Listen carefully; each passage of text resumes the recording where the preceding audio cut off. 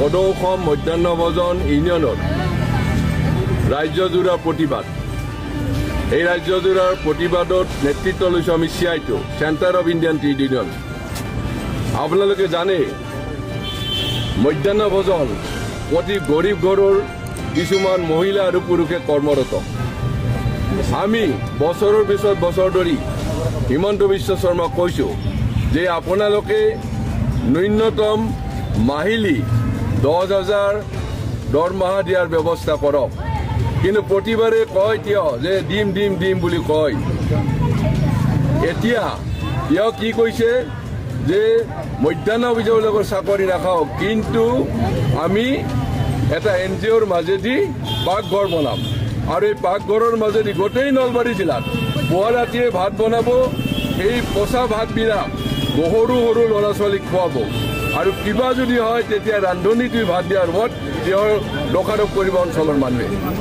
আমি আপত্তি কৰিছোঁ যে মধ্যাহ্ন ভোজনবিলাকে ভাত বনাব, তেওঁলোকক আপুনি 10,000 টকা দিয়ক, কিন্তু তেওঁ সেই অপৰাধ কৈ কি কৰিছে? কাৰণ এইখন চৰকাৰ আমি জানো, তেওঁলোকে দিনত এটা কথা কয়, কৃষক শ্ৰমিকৰ কথা কয়, আৰু ৰাতি তেওঁলোকে ক'ত টকা পায় আত্মসাৎ কৰিব পাৰে, তাৰ লগত দৰ দাম কৰি বস্তুবিলাক গতাই দিব পাৰে। এটা NGOৰ হাতত এই ৰান্ধনী ঘৰবিলাক দিয়াৰ কাৰণে তেওঁ ষড়যন্ত্ৰত লিপ্ত হৈছে হিমন্ত বিশ্ব শৰ্মা চৰকাৰে। এই সাধাৰণ গৰীব ঘৰৰ তেওঁ অসমৰ কথা কয়, মহিলাৰ কথা কয়, গৰীব ঘৰৰ পৰিয়ালটো চলিব নোৱাৰে, 1,000 টকা মাত্ৰ দিয়ে। সেইখিনি টকাও নাইকিয়া কৰিব বিচাৰিছে হিমন্ত বিশ্ব শৰ্মা চৰকাৰে। সেইকাৰণে আমি দাবী কৰিছোঁ যে তোমাৰ যেতিয়া পাকঘৰ বনাইছা নলবাৰী জিলাত, এই পাকঘৰ উঠাই দিয়া, নহ'লে আমি অন্য ঠাই পাকঘৰ ঘেৰাও কৰি তাত বন্ধ কৰি থম সপ্তাহৰ পিছত সপ্তাহ। নহ'লে আমি কিন্তু মৰিবলৈ সাজু আছো অসমৰ স্বাৰ্থত, অসমীয়া ৰাইজৰ স্বাৰ্থত। তুমি কেইজনমান পুঁজিপতি দালালি কৰি থাকিলে নহ'ব তুমি। গতিকে আজিৰ এই আমাৰ কাৰ্যসূচী আমি এখন স্মাৰক পত্ৰ দিম। এই স্মাৰক পত্ৰ আমাৰ মুখ্যমন্ত্ৰীলৈকে যাব আৰু অকল নলবাৰী জিলাতে নহয়, প্ৰতিখন জিলাতে আমি এই স্মাৰক পত্ৰ দিম। আৰু ৰাইজকো আমি সহযোগিতা বিচাৰিছোঁ যে এই বিজেপি চৰকাৰ ৰাইজৰ চৰকাৰ নহয়, এইখন হৈছে জাতিদ্ৰোহী চৰকাৰ, এইখন হৈছে অসমৰ বিৰোধী চৰকাৰ। গতিকে এই চৰকাৰক যিমান সংকল্প পাৰে অফিচ কাছাৰী, ৰিক্সাৱালা, ঠেলাৱালা, মধ্যাহ্ন ভোজন কৰ্মচাৰীয়ে এই চৰকাৰৰ বিৰুদ্ধে ঐক্যবদ্ধ সংগ্ৰাম কৰিব লাগিব, নহ'লে অসম চাৰখাৰ কৰি দিব হিমন্ত বিশ্ব শৰ্মা চৰকাৰে। গতিকে এইখিনি হৈছে আজি মুখ্য দাবী। পঞ্জীয়ন নম্বৰ 2342 নলবাৰী জিলা প্ৰতি মাননীয় মুখ্যমন্ত্ৰী অসম, মাননীয় জিলা উপায়ুক্ত নলবাৰী জিলাৰ জৰিয়তে তাৰিখ 17 জুন 2025 বিষয় স্মাৰক পত্ৰ মহোদয়, অসম চৰকাৰ মধ্যাহ্ন ভোজন আঁচনিখন ৰাজ্যখনৰ সকলো জিলাতে পৰ্যায়ক্ৰমে ৰূপান্তৰিত কৰিবলৈ অক্ষয়পাত্ৰ ফাউণ্ডেশ্যনক দায়িত্ব দিব বিচাৰিছে।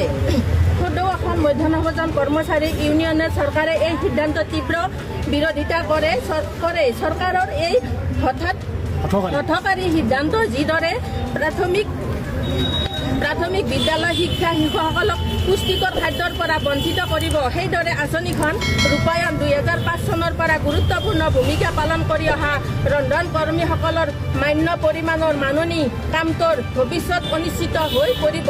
কেন্দ্ৰীয় চৰকাৰৰ মধ্যাহ্ন ভোজন আঁচনিখন ৰূপায়ণৰ ক্ষেত্ৰত কোৱা হৈছে যে বিদ্যালয় পৰিসৰতেই সতেজ ৰন্ধা খাদ্য শিক্ষাৰ্থী শিশুসকলক যোগান ধৰিব লাগে। ৰন্ধন কৰ্মীসকলৰ মাকৰ মৰমৰে শিশুসকলৰ এই কামটো 2005 পৰা কৰি আহিছে। চৰকাৰে এই সিদ্ধান্ত শিশুসকলক সতেজ খাদ্যৰ পৰা বঞ্চিত কৰিব, কিয়নো কেন্দ্ৰীয় ৰন্ধনশাল পুৱতি নিশাৰ পৰা প্ৰস্তুত কৰা খাদ্য দুপৰীয়া 12 বজাৰ পৰা পাছতহে বিদ্যালয় পৰিৱেশন কৰা হ'ব। নিশ্চিতভাৱে এতিয়ালৈ খাদ্য পুষ্টি গুণ যথেষ্ট কমিব।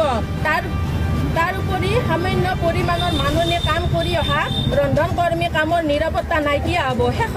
সেয়ে চৰকাৰে এই হঠাৎ সিদ্ধান্ত প্ৰত্যাহাৰ কৰিবলৈ আৰু এতিয়াও যিবোৰ বিদ্যালয়ত NGOই খাদ্য যোগান ধৰি আছে তাকো বাতিল কৰি আগৰ অৱস্থালৈ আনিবলৈ দাবী জনালোঁ। সদৌ অসম মধ্যাহ্ন ভোজন কৰ্মচাৰী ইউনিয়ন জিলাৰ সৈতে অঞ্জনা চালৈ, উত্তৰা বৰ্মন। আজি আমাৰ সমগ্ৰ ৰাজ্যতে আমাৰ প্ৰতিবাদ চলি আছে। প্ৰথম কথা হ'ল যে আমাৰ ৰন্ধন কৰ্মচাৰীৰ কাম আমাৰ মুখ্যমন্ত্ৰীয়ে হঠাৎকালীন আমাৰ সিদ্ধান্ত লৈছে এনজিঅ'ক দি দিব। সেই এনজিঅ'ক দিয়াৰ বিৰোধিতা আমি কৰিছোঁ ৰন্ধন কৰ্মচাৰীয়ে, প্ৰতিখন জিলাতে বিৰোধিতাই হ'ব। কিন্তু প্ৰথম কথা হ'ল যে আমাৰ ইমান টকা খৰচ কৰি যে পাকঘৰ হৈছে, সেই পাকঘৰত এটা দুটা পইচা যোৱা নাই, সমগ্ৰ অসমতে কোটি কোটি টকা খৰচ কৰিছে চৰকাৰখনে। কিন্তু আমাৰ ৰন্ধন কৰ্মচাৰী যে মাননি বৃদ্ধি কৰিব লাগে সেইখিনি নাজানে। কিন্তু ইয়াৰ আগত কিছুদিন হ'ল, আমাৰ 15 দিনমান হ'ল, প্ৰতিখন স্কুলতে আমাৰ বাচন পত্ৰবিলাক দি দিলে, হান্দি ডেস্কি যিমানে লাগে সেইখিনি আমাক আহি গ'লে, সেইখিনি দিওঁতে কিন্তু আমাৰ চৰকাৰৰ টকা খৰচ হৈছে। কিন্তু যদি এনজিঅ'কে দিব তেনেহ'লে ইমান টকা কিহৰ কাৰণে খৰচ কৰিলে? আৰু এনজিঅ'ক দিয়াৰ স্বাৰ্থখন আমাৰ মুখ্যমন্ত্ৰীৰ কি স্বাৰ্থত দি আছে সেইখিনিকো আমাৰ লাগে যে আমাৰ কাম আমি এনজিঅ'ক নিদিওঁ, আমাৰ কাম আমাকে লাগিব। আৰু কি স্বাৰ্থত আমাৰ মুখ্যমন্ত্ৰীয়ে 2 গুণ বেছি দিব ব্যৱসায়ীজনে আৰু পুৱাতে ব্ৰেকফাষ্টো দিব? নিশ্চয় কিবা কাৰণ আছে, সেই কাৰণখিনিও আমাক ৰন্ধন কৰ্মচাৰীক দিব লাগে। কি কাৰণত 2 গুণ বেছি দিব কোম্পানীয়ে যে তাও আমাৰ পুষ্টিকৰ খাদ্য দিব? আমিতো নিজে গৰম গৰম খাদ্য দি আছো, স্কুলত পুষ্টিকৰ খাদ্য দি আছো। ল'ৰা ছোৱালীয়ে আমি যিমান ৰান্ধা কৰোঁ 1 ঘণ্টাৰ ভিতৰত ৰান্ধা হৈ যায়, আমি যিখিনি কৰিব লাগে পৰিচ্ছন্নতা পৰিপাটি আমি কৰি আছো।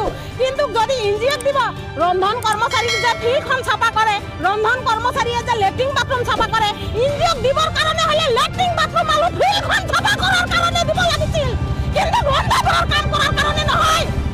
এইখিনি দিব লাগিছিল, লেট্ৰিন চাফা কৰক আৰু আমাৰ ফিল্ডখন চাফা কৰক। কিন্তু ডক্টৰ হেমন্ত বিশ্ব শৰ্মাই কি কৰিলে?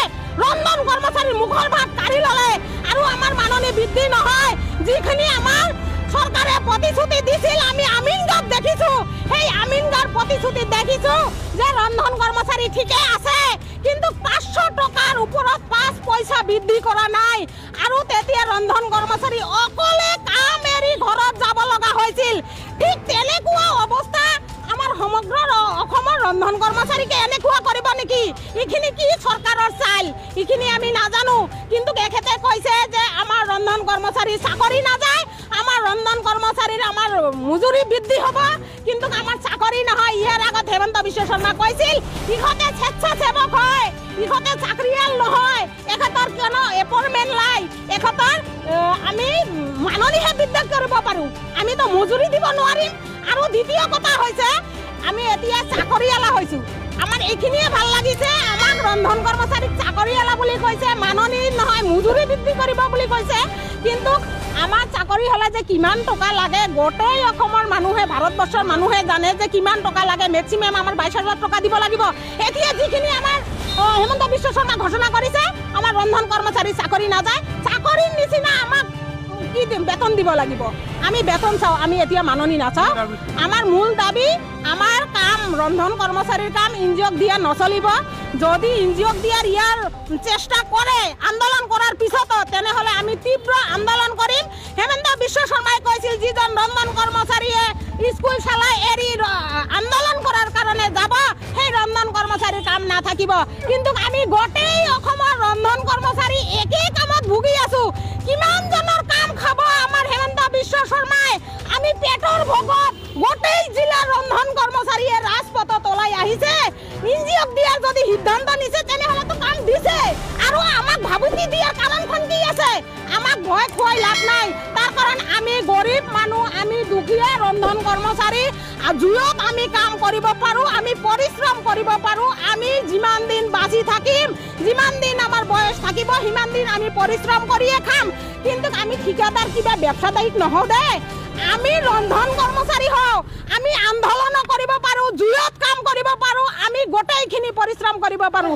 কিন্তু আমি কোনো ব্যৱসায়িক নহয়, ঠিকাদাৰ নহয় যে আমি ঘুষ দি পেলাই এনেকুৱা ধৰণৰ কাম কৰিম।